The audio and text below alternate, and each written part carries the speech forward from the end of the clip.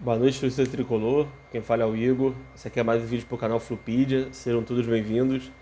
Então, 1 a 0 contra o Cuiabá, né? Um jogo que, para a torcida, seria um jogo com placar elástico, mas acabou não se tornando dessa maneira, né? Pelo contrário, o jogo acabou duro, né? O Cuiabá teve oportunidade no segundo tempo de empatar o jogo, mas saímos com a vitória, né? E foi um jogo que se desenrolou muito dessa maneira por algumas situações. É, Primordialmente foi o tempo, né, o horário que foi marcado o jogo. Aí vocês vão falar, porra, né, mas o jogo às 11 da manhã foi. Os dois times jogaram nesse horário, né? Então, se ficou ruim pro Fluminense, vai ficar ruim também pro Cuiabá. Mas mais ou menos, né? Não é tão assim. Primeiro que é, o Cuiabá jogou praticamente todo o campeonato local dele, o estadual que ele conquistou o título, jogando às 10 da manhã no horário local, né? Então ele já tem o costume de praticamente todas as rodadas que ele jogou do campeonato estadual, principalmente a final contra o Operário, ele jogou no horário da manhã, né? Tudo bem, né? Lá em Cuiabá, no Mato Grosso, é bem mais quente que o Rio de Janeiro, mas hoje tinha um calor pesado, né? Segundo que e o Fluminense jogou contra o Madureira nesse horário nesse ano, né? Segundo que o Cuiabá ele jogou somente no sábado, né? Então ele teve 7 dias para se preparar para o jogo, né? Enquanto o Fluminense teve um jogo, né, super desgastante contra o Bragantino. Né? Se a gente for pegar o mês de maio, né, até o jogo de hoje, o Fluminense fez 10 jogos no mês e o Cuiabá fez 6 partidas. Então tem uma diferença de 4 jogos que é muito grande, né? E o Fluminense só poupou os primeiros jogos, né? Que foi contra a Portuguesa. Então ele vem e poupou colocando alguns titulares. Então o Fluminense ele vem numa sequência pesada, né? Uma sequência difícil com os finais contra o Flamengo, jogos da Libertadores no meio, né? O jogo contra o River, né? Então vocês podem pensar que é uma desculpa, mas não é uma desculpa, é um fato, né? Nós temos um time mais experiente, né? Então é um horário que a gente imaginava que seria desgastante. E eu até no jogo, após o jogo contra o Bragantino, eu falei, não, acho que o Fluminense tem que colocar uns 2, 3 jogadores, poupar o Fred, poupar os jogadores mais experientes, porque vai ser um jogo um pouco mais pegado. O time do Cuiabá é um time que tem jogadores interessantes, o time do Cuiabá tem jogadores que são velozes. Então, eu acho que não seria um jogo ideal para o Roger colocar um time totalmente titular. Mas a vitória veio e é o que é mais importante. A gente tem que quebrar alguns mitos também. Nem sempre o Fluminense vai jogar bem. Nós viemos de 3 partidas muito boas e convincentes. E hoje foi uma partida regular. Eu não vou dizer que foi uma partida ruim, mas vou dizer que foi uma partida um pouco abaixo do que o time vinha jogando. Mas a gente tem que entender que não vai ser sempre que o Fluminense vai jogar bem, né? Mas mais do que isso, eu acho que o Fluminense tem que pontuar, né? Porque ele está convencendo nesses últimos jogos, né? O Fluminense não está jogando mal e vencendo. O Fluminense ele tem que pontuar. Então, se nos últimos anos a gente perdia muitos pontos para os times que subiram, né? Ou para times de menores expressões, e esse ano a gente já conseguiu ganhar do Cuiabá, né? No ano passado nós vencemos as partidas contra os pequenos e isso que resultou a nossa vaga na Libertadores, né?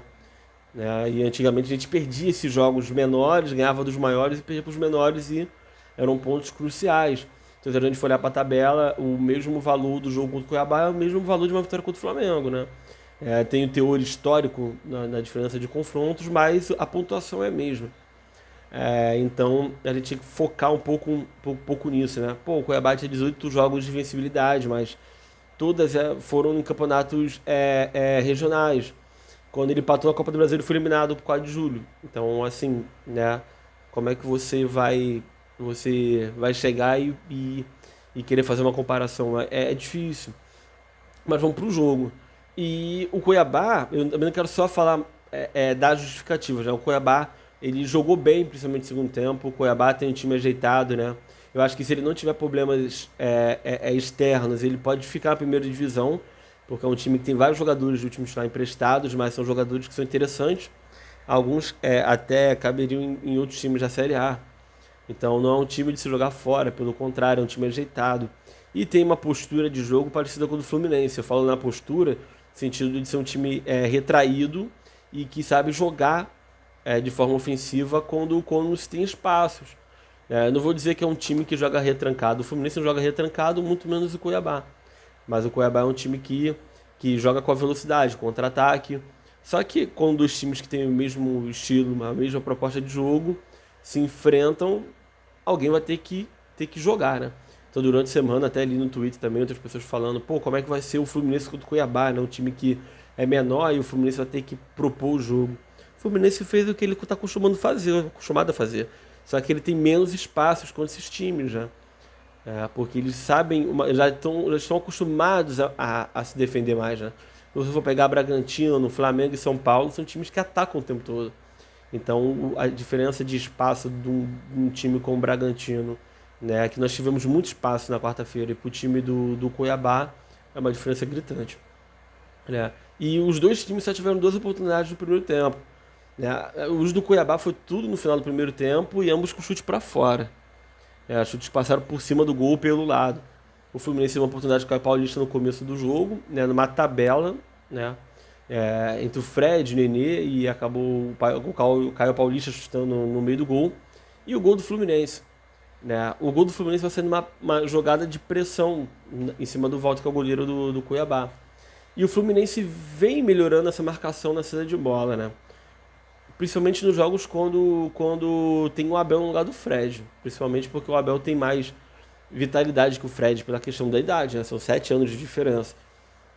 Mas hoje o time pressiona a saída de bola do Walter. O Walter vai tentar achar um passe ali na linha lateral. O jogador do Cuiabá ele meio que não consegue alcançar a bola sobe no Egídio. Nessa hora que a bola sobe no Egídio, sai o lance do gol. Né? O Egídio toca pro Martinelli, o Martinelli toca pro Biel. O Biel vai fazer o gol, ele participa da jogada, se esforçando para a bola continuar no nosso pé. O Biel vai tocar a bola no Fred, que vai escorar, vai dar um passe pro Iago. O Iago vai tocar no Nenê, o Nenê vai devolver pro Iago, que vai levando a bola pro lado direito, né? E ele leva sabiamente essa bola e acaba cruzando pro Gabriel Teixeira fazer o gol. E foi um gol muito legal, porque além de ter a participação de todo o time, praticamente tirando o Caio Paulista, todo o time que tá no meio pra frente, o gol mostra que o Gabriel, ele meio que jogou de falso 9 esse tipo de jogada, né? Porque antes do Iago cruzar, ele tá impedido. E ele faz todo um posicionamento muito inteligente de um jogador que é rápido e versátil, e acaba ficando em posição legal e acaba marcando gol, né? Na hora eu até fiquei meio tipo, caraca, né? Não sei se eu comemoro porque eu não sei se ele tá impedido, mas ele tava em posição legal. E o Fluminense fez o gol. Foi o primeiro tempo que o Fluminense meio que tentou se poupar e tentou agir só na hora certa, muito pela questão do calor. Dá um intervalo, né? E a volta do segundo tempo, eu reparo o Roger falando com a zaga: olha, preste atenção nas costas, nos laterais, porque o Cuiabá vai querer jogar nesse tipo de jogo. O Cuiabá não mudou no começo do segundo tempo seu estilo de jogo. Ele continuou, né, com menos posse de bola do que no começo do jogo. No começo do jogo, o Cuiabá chegou a ter 75, 80% de posse de bola, né? E o Fluminense foi, com o passar do tempo, diminuindo essa diferença de posse de bola. No segundo tempo, continua a mesma coisa, né? Um jogo mais lá e cá, né? E no começo do segundo tempo, o Jonathan Cafu vai chutar uma bola com perigo, e aí já é uma bola que o Egídio deixa a bola passar nas costas dele, né? Aos 6 minutos, o Egídio chuta de fora da área. A partir daí, o Fluminense vai ficar um bom tempo sem chutar o gol, que vai ser um chute de fora da área do Egídio, mas vai ser um chute no meio do gol. Vai ter uma falta logo na minha entrada que o Martinelli faz, e o PP chuta na trave. Esse lance, pela minha anotação aqui, foi aos 13 minutos. Dos 13 em diante, você vai dar Cuiabá. O Cuiabá vai ficar meia hora pressionando o Fluminense. E o Fluminense já está desgastado, né? Você vai perceber que o Fred ele vai sair, e vai entrar o Abel, por exemplo. O Luiz Henrique vai entrar no lugar do Caio Paulista. Então você vai ver que os jogadores vão começar. Os jogadores que são de ataque, né, que pressionam a saída de bola, eles vão cansar. E ao mesmo tempo, nós não tínhamos, por exemplo, substitutos pro Nenê para essa partida, por causa da seleção. E o Ganso estava gripado, né? E o Nenê, ele não estava participando do jogo. E a gente via na partida de hoje, principalmente, que o primeiro tempo todo era no lado de Egídio. E esse é um problema que eu quero destacar, porque O Egídio, quando não tem Nenê caindo para as pontas, né? Porque na escalação a gente tem o Martinelli com o Iago e o Nenê na frente dos dois. Teoricamente é para o Nenê jogar de uma forma mais livre ali no meio, mas só que ele não age dessa forma. O Nenê geralmente cai para a ponta esquerda. Quando o Nenê cai para a ponta esquerda e fica perto ali da linha preso na lateral, ele acaba anulando as passadas do Egídio. O Egídio é um jogador que sabe chegar bem na linha de fundo, tem um bom cruzamento. Então a gente acaba perdendo esse tipo de jogador, né? E era pro Gabriel estar naquela posição, porque o Gabriel Teixeira é destro, então geralmente ele arranca pro meio, mas não. Ele teve que jogar no meio de campo, o Nenê às vezes alternando com ele para jogar naquela ponta ali. Então você acaba atrapalhando uma jogada, que é muito forte, que é o cruzamento, e acaba perdendo um jogador no meio de campo, porque o Nenê poderia fazer essa função de receber, distribuir rápido a bola, ou finalizar ali da meia da entrada da área, igual ele fazia muito no ano passado. Então nós estamos perdendo muito isso com o Nenê. Já o outro lado, se você for reparar, é muito mais equilibrado. O Samuel Xavier, ele consegue fazer boas tabelas com o Caio Paulista, né? Ele dá o passe, o Caio Paulista coloca o corpo, e o Samuel geralmente recebe de volta a bola e consegue fazer o giro para o outro lado, consegue dar um passe para o meio de campo. Então a gente consegue ver que tem uma diferença gritante entre as duas pontas, né? O Caio Paulista que está casando muito mais com o Samuel Xavier do que o Gabriel Teixeira com o Egídio por causa do Nenê, né? E isso vem atrapalhando o time. E o Roger hoje demorou muito para mexer. Tudo bem, sempre quando ele mexe, o time não vem mostrando uma evolução. Pelo contrário, as peças não estão entrando bem. Mas para o tipo de jogo como o de hoje, né, que você precisava de um gás, né, na marcação, porque você vê que o Cuiabá ele substituiu 3 jogadores ao mesmo tempo no começo do segundo tempo, depois ele colocou mais 2, porque o time começou a ter fôlego, o Fluminense não tinha esse fôlego. E pelo Cuiabá também está acostumado a jogar nesse horário, o Fluminense foi tendo essa dificuldade, né, de estar acostumado de não estar acostumado a jogar nesse horário, de, de, do calor, né, da temperatura está atrapalhando e o time está cansado. O time está jogando, está tendo uma maratona de jogos. E aí o Cuiabá começou a pressionar. Teve um lance que o Egídio ele acaba sofrendo uma falta numa bola recuada do time, né? E ele domina a bola, ele acaba se enrolando e o jogador do Cuiabá acaba fazendo a falta nele. E logo em seguida o Egídio faz falta no jogador, mas primeiro ele recebeu a falta, né? Ele recebe um trança-pé, né? E até na televisão, eu discordo, a televisão disse que foi falta do Egídio, de o Egídio poder ter sido expulso. Ele primeiro sofreu a falta e depois ele acabou fazendo a falta. Só que aquilo que a gente também vem falando do Egídio. O Egídio não é um jogador confiável, né? O Egídio parece que ele tem um desequilíbrio emocional durante o jogo, né? Ele parece que ele está focado no começo do jogo e ele acaba perdendo o foco. E tem duas situações, né? Falta um mês para o jogo contra o Cerro, né? A gente vai continuar tendo o Egídio e Danilo Barcelos, porque o Egídio não é confiável e o Barcelos ele nunca mostrou que pode ser titular. E a outra é o Wellington, porque o Fluminense fez substituições, né? Entrou o Luca, o Kaique, o Wellington. O Kaique não conseguiu entrar bem, o Luiz Henrique quando entrou, ele teve até uma finalização que a bola vai passar perto do gol. O Luca mostrou muito pouco no lugar do Nenê. E o Wellington vai entrar no meio de campo no lugar do Martinelli, que tinha cartão. E ele errou um passe, já no fim do jogo ele perdeu a bola, que deu um contra-ataque pro Cuiabá. O Cuiabá levantou a bola na última bola do jogo. Não saiu o gol, mas poderia ter saído, né? Então, assim, o primeiro reserva dele, do Martinelli ou do Iago, vai ser o Wellington, que nunca mostrou motivos para ser o primeiro jogador. Você tendo o Calegari, que tem como função ser volante, o André, né? Aí você vai ter o Wellington. Eu acho que você vai ter que ir no mercado, né? A gente vai ter que olhar o mercado, ou sul-americano, ou nacional, e contratar. Porque a gente não pode ter o Wellington como. Porque a gente não vai ter o Martinelli contra o Cerro no primeiro jogo. O Martinelli está suspenso. Então, qual vai ser do Roger? Ele vai colocar o Ganso como segundo volante? Igual ele fazia com o Diniz? Ele vai colocar o Calegari? Ele vai colocar o André? O Metinho? Duvido, acho difícil, porque o Metinho até lá não vai ter rodagem de jogos para jogar. Então, me preocupa bastante isso, né? Eu não gosto dessas substituições, né? Porque o time ele acaba demorando e quando ele coloca o time o time, além de não ter um fôlego, né, por ele demorar, o time tá ali muito frio ainda de ter entrado, acaba não tendo resultado, né? São poucos jogos que o Fluminense tem o substituto entrando bem. E quando entrava bem era o Caio Paulista e o Gabriel Teixeira. Então, né, eles acabaram mostrando que realmente eles poderiam entrar no time titular e comprovaram, então, fazendo os gols, estão ajudando o time, né? E se a gente for pegar o final do jogo, foi uma correria, né? O Cuiabá jogando em cima do Fluminense. Eu achei que o Cuiabá fosse até empatar o jogo e o Marcos Felipe acabou salvando o time, né? Teve um chute no final do jogo do William Corrêa, que ele pega um chute de fora da área, ele recebe o passe de dentro da área, de fora da área, na entrada da meia-lua, ele chuta, que não é um chute forte, mas é um chute colocado. Tem dois jogadores do Fluminense na entrada da área, na entrada da área, que está tampando a visão do Marcos Felipe. E o Marcos Felipe faz uma baita defesa, né? Antes também o Cuiabá chegou a fazer um gol que foi anulado. Então, assim, não vou dizer que não teve mais justiça no placar, mas foi o tipo de jogo que muitas coisas poderiam ter sido evitadas. E a gente já veio conversando sobre isso, né? Enfim, a vitória veio, que é o mais importante pra gente, né? Eu acho que é um jogo atípico por tudo que foi feito, né? Algumas pessoas podem achar que isso é uma desculpa minha, eu não coloco como uma desculpa. Eu gosto do horário de 11 horas, mas acho que tem que ter todo um estudo para você colocar um tipo de jogo desse.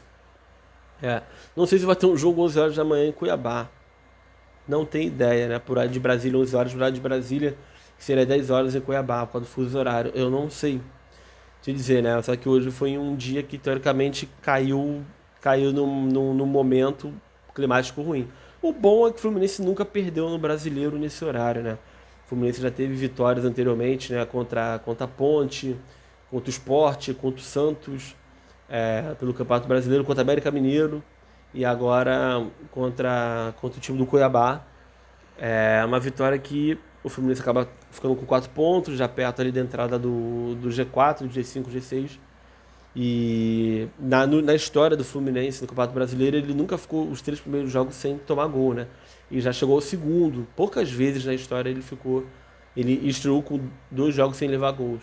Então, se ele não sofrer gols do Bragantino na semana que vem, ele já bate um recorde, né? Que vai ter o jogo contra o Bragantino agora na Copa do Brasil e no Brasileiro vai ter um outro lá em Bragança Paulista. Então a gente pode bater um recorde. São 11 jogos no Brasileiro seguidos sem perder.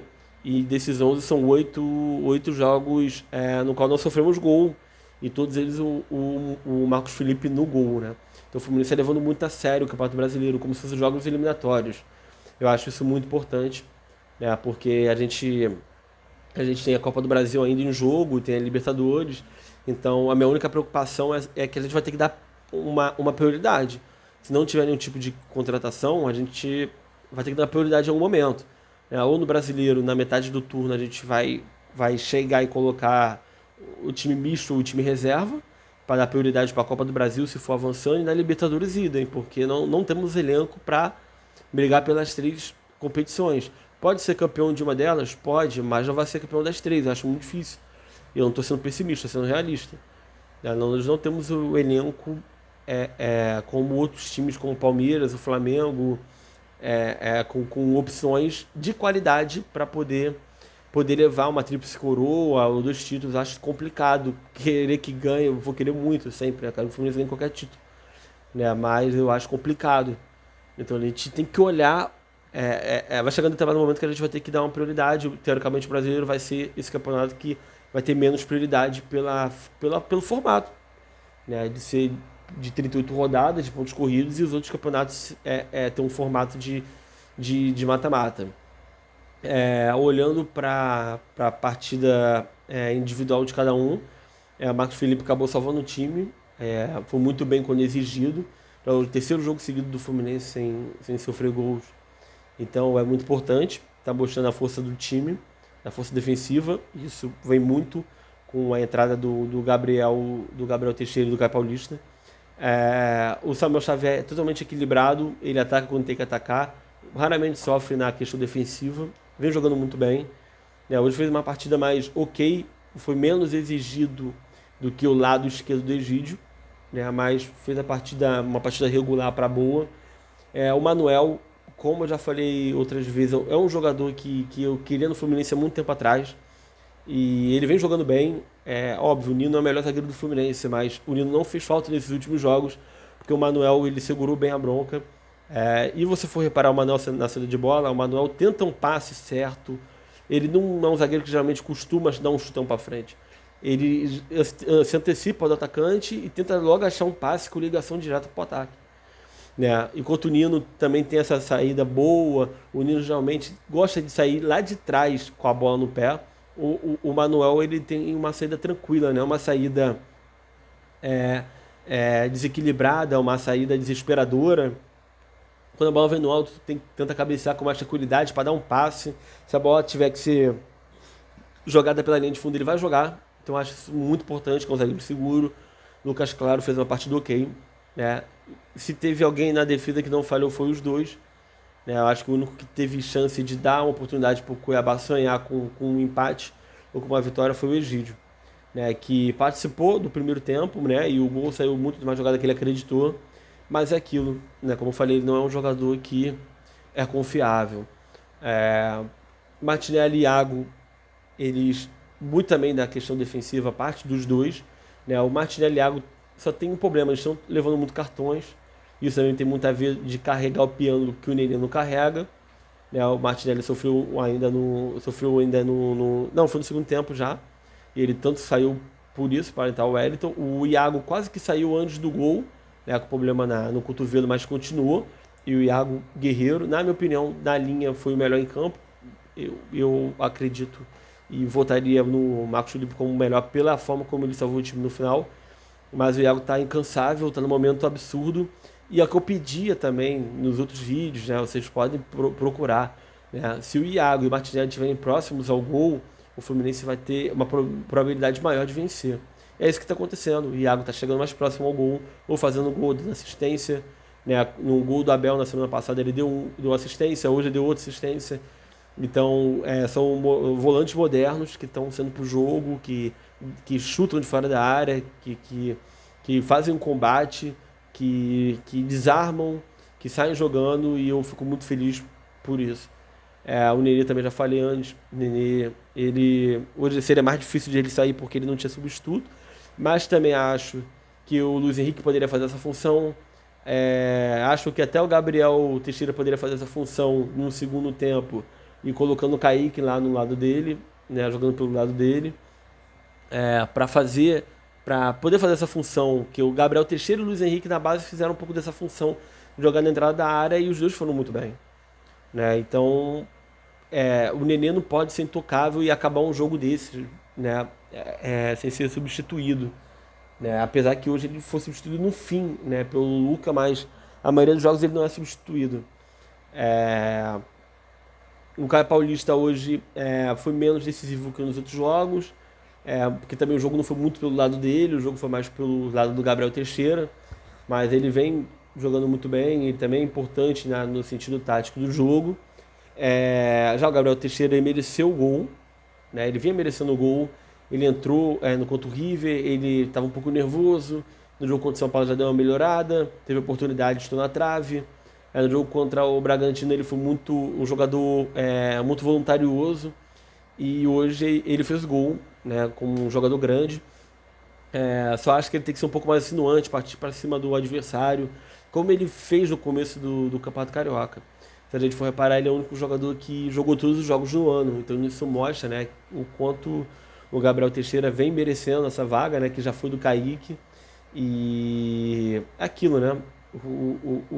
Se a gente fosse pegar o começo da temporada, o Gabriel Teixeira não era o nome que a gente vislumbrava para a temporada, nem para o início, nem para o meio, né? E sim o Kaique, mas acabou que ele vem merecendo, né? Totalmente jogou o Luca de escanteio e está aproveitando a oportunidade. O Fred, hoje, se ele não teve oportunidade, ele praticamente saiu da área, ele ajudou o time, ele tentou combater o lance do gol, sai de uma bola que ele escora, então ele está usando muito o pivô dele, faz as orientações que ele tem que fazer, eu acho isso super importante, né? Nem todo jogo também ele vai marcar, né? Mas então, ele também não teve oportunidade, então a gente pode nem dizer muito do Fred hoje, mas ele colaborou mais pro elenco e isso já é importante, porque já mostra que é um Fred totalmente diferente do Fred que, que, que participou do Fluminense em outras temporadas, que era um jogador que mais visava estar na área do que participar da marcação ofensiva.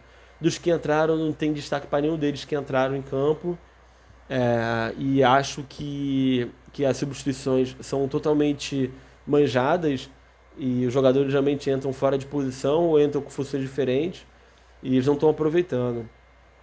Parabenizar o Roger porque ele, tirando, eu fiz até um estudo rápido e no século XXI, né, se você for pegar os 22 primeiros jogos, só o Abel em 2005 começou melhor que o Roger. Então o Roger começou melhor que o Muricy, começou até melhor que o Abel em 2017, melhor que o Diniz.